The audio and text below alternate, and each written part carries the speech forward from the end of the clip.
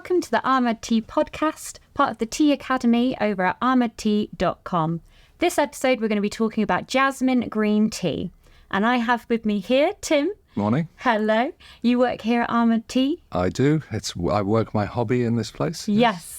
I am a tea enthusiast, and I feel like we've got a kindred spirit. Yeah, I'm a tea lover. Tea. From the age of 3, I've been drinking tea as long as I can remember. My dad was a big tea drinker, and whenever he made tea, he'd make one for me. Milky, sweet tea. Yes. Oh, that's so great. It is in the soul. Then. It is in the soul. It is. And today we're going to look at some Jasmine Green Tea. One of my favourites. One of your favourites. Yeah. This is great. I would love to learn a bit more about Jasmine Green Tea because I love the flavour of it. I know almost nothing. It's an amazing story. Wonderful. Almost magical. Almost magical. We've got some brewing here, and I can see Yep. you've brought some loose leaf with us here with some very beautiful dried jasmine flowers in there as well. So could you talk me through what goes into making a jasmine tea? Okay. So to produce a jasmine tea, you start off with the base of the tea. The green tea is normally, there are black jasmine teas, but green tea is the norm. And that will vary from region to region, the producer, because Chinese tea producers are very regional. They tend to use their own teas that they grow inside their own region. So you'll select a good quality, nice leafy green tea if you're producing a loose blend. And in the case of Ahmad Tea, we then send that down to the south of China where jasmine flowers grow. So we want them as fresh as possible. And a lot of people say, oh, you send it south to get it flavoured. Well, that's actually not quite correct. We send it to get aromatised. Oh, what a word. Yes. Aromatised. Aromatised. Okay. So if you have a smell of that, you will pick up the scent of jasmine. It should be very strong. So beautiful. Strong. It's really lovely smell. So there's obviously a really close link between your sense of smell and your sense of taste. So there's no flavouring in this tea.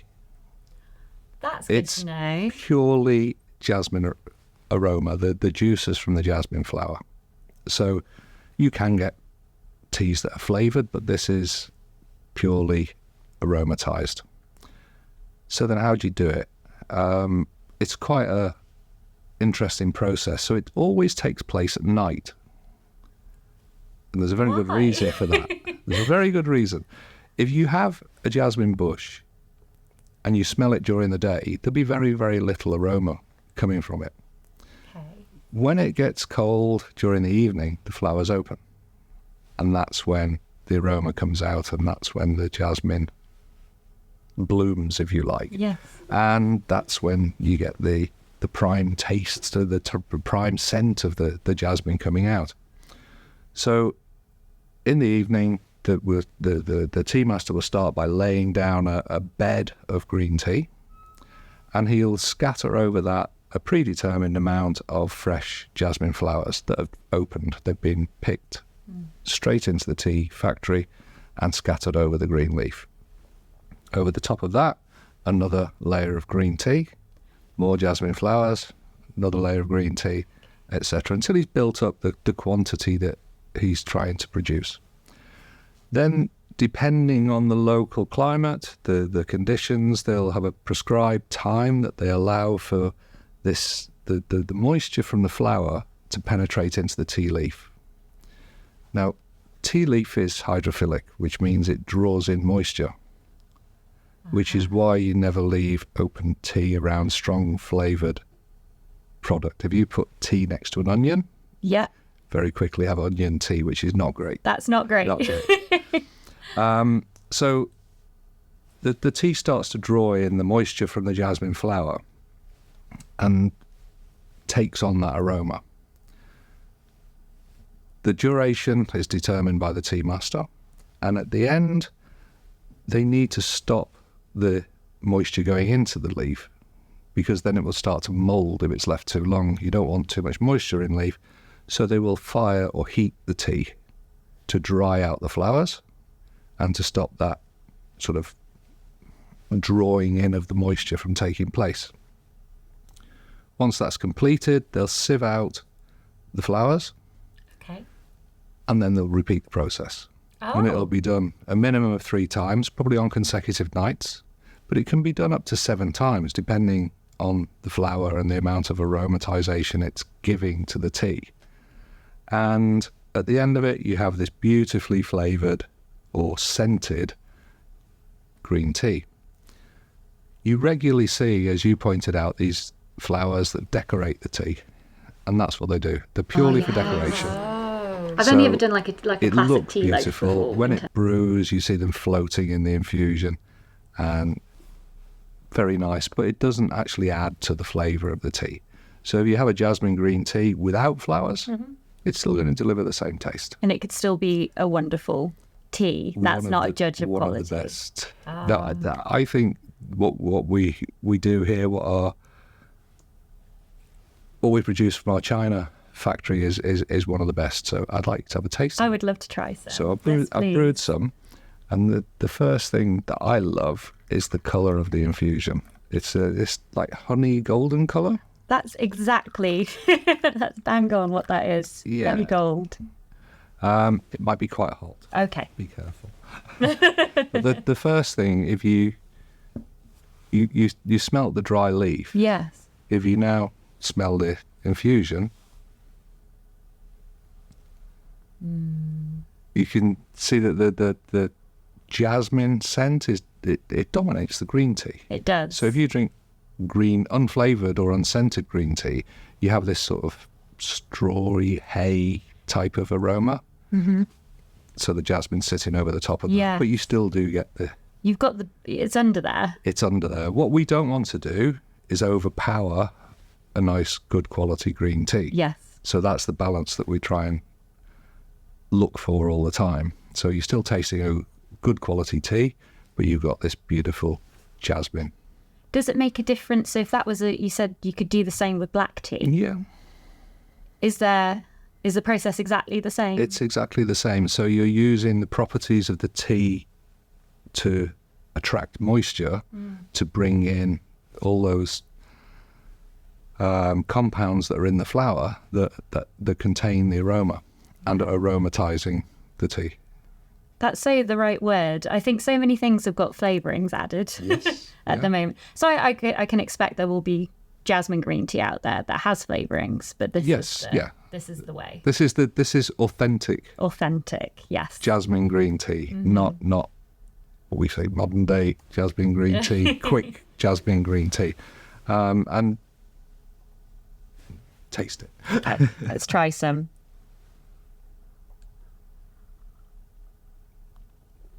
Oh yes, that's very nice. It's pretty good. That is lovely. The smell, it's like you've got the 2 hits, I think. You can smell the jasmine, and then the taste of green tea is more forthcoming for me.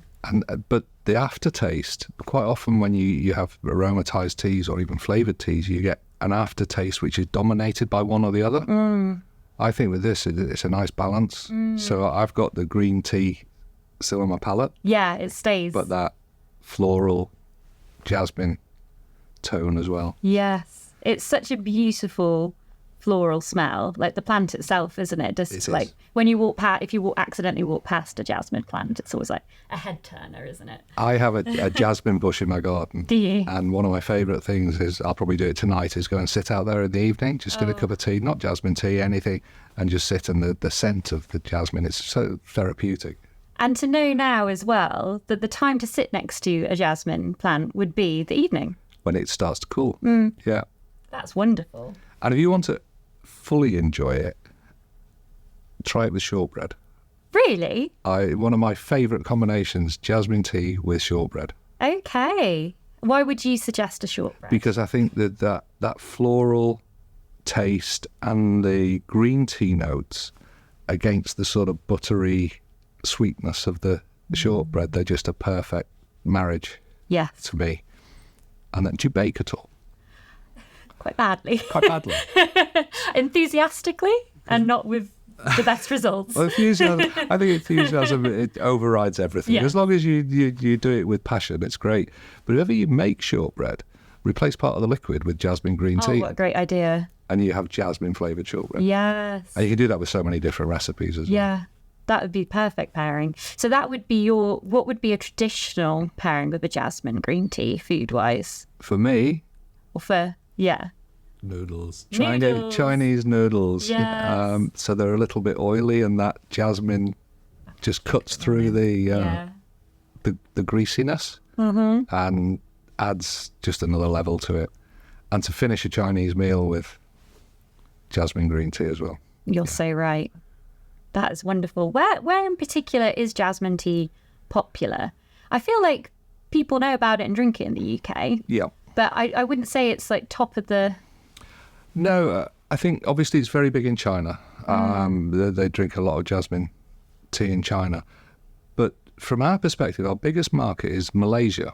Really? Yeah, and quite coincidentally, my daughter went off to university last year, and I went to visit her. She was with a friend, and I thought I'll go and find a bite to eat. And I went into a Malaysian restaurant, and they brought a tea out, and it was a tea bag, but the Jasmine Green Tea, Ahmad Tea tag hanging out of it, which made me feel like home. And I said, "Oh, do you know this?" "Yes, it's our drink at home." So in Malaysia, they're drinking this tea all the time. So that's a very big market for it. And I guess a lot of the places where you have a Chinatown, you will get a lot of jasmine green tea. So Liverpool, where I grew up, it's the oldest Chinese community in Europe that has its Chinese bases. New York, Great Chinatown, London, all these places. So yeah, anything with an Oriental slant on it, you're going to find a good jasmine, a good jasmine green tea. Would you have any recommendations in the brewing of this tea to get the best out of it? Because I know green tea can sometimes be a bit more complicated than black tea. So sometimes with green teas, it depends on the base tea. So we always say as a rule, make sure the water is boiled at 100 degrees, but that can scorch some of the green teas, which are a bit more delicate. Generally, jasmine green tea is made with a more robust base tea, so it usually is brewed at 100 degrees. Really? What I would say is tea companies, particularly Ahmad Tea, we employ 25 tea tasters globally. Their job is to get the best out of what we produce. So they work to decide how to best brew it. So read the packet. That's the obvious solution. If it says brew at 100 degrees for 4 to 6 minutes, follow those guidelines, allow it to brew, allow the characteristics to come out. Absolutely. I think so much of tea making is patience. And often when you're making a cup of tea, that's what can be lacking. You know, you're in a busy day and but then to get when so much work has gone into the quality of the tea. Exactly. I think from now on, what I'm going to do is imagine that tea master laying the tea and laying the jasmine flowers, and the look of absolute despair at me, like slapping some hot water in, rushing the tea bag out and running off. Exactly. 45 seconds. Oh, this doesn't taste so much. No. Yes. No. You invest a little bit of time, and it's like everything. What you invest in, you get back out. And what's 4 minutes out of your day? Yes.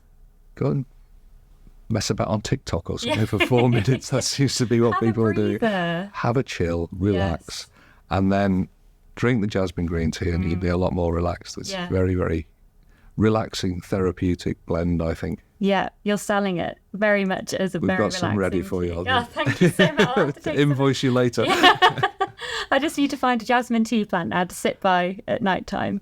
A jasmine flower plant. A jasmine, oh, did I say tea plant? I've got tea on the brain, Tim. Two separate plants. I've got tea on the brain. Wonderful. Thank you so much for all your knowledge about jasmine green tea. I feel like I've learned an awful lot. It's a hobby. I love talking about it. My wife says I'm a tea bore. Don't get me started. A tea bore. I feel like a few people listening to this, if you've got this far and you've managed to listen to a podcast about tea, you're in the club. You're in the club. You're in the tea love club. Definitely. Thank you, Tim. It's been a pleasure. It's been wonderful. Thank you.